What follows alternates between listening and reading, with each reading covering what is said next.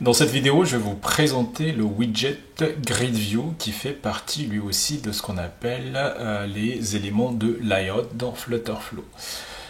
Donc là, je l'ai rajouté directement dans ma page actuelle, dans cette Grid View là. Donc j'ai rajouté pas mal de conteneurs.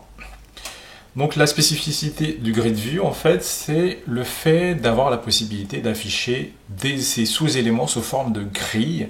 Donc au fur et à mesure qu'on ajoute des éléments dans la grille, ils vont se mettre en fait sur une grille.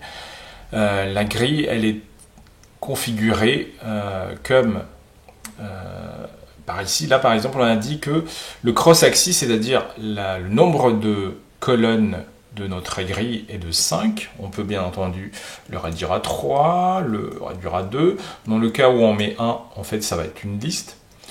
Dans notre cas, on va mettre à 5.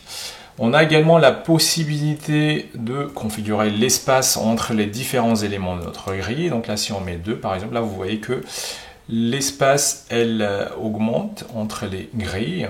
Pareil aussi pour le main axis, donc l'espacement vertical. Donc là, vous voyez qu'on a également un espace entre les éléments de notre grille. On a également la possibilité de modifier notre grille pour que ce soit une grille verticale. Donc à ce moment-là, on a la possibilité de scroller, donc ce qui est quand même pas mal. Et ça va être pareil aussi pour le vertical, mais bon, là, comment pas le faire? Il n'y a pas suffisamment d'éléments. Mais croyez-moi sur parole.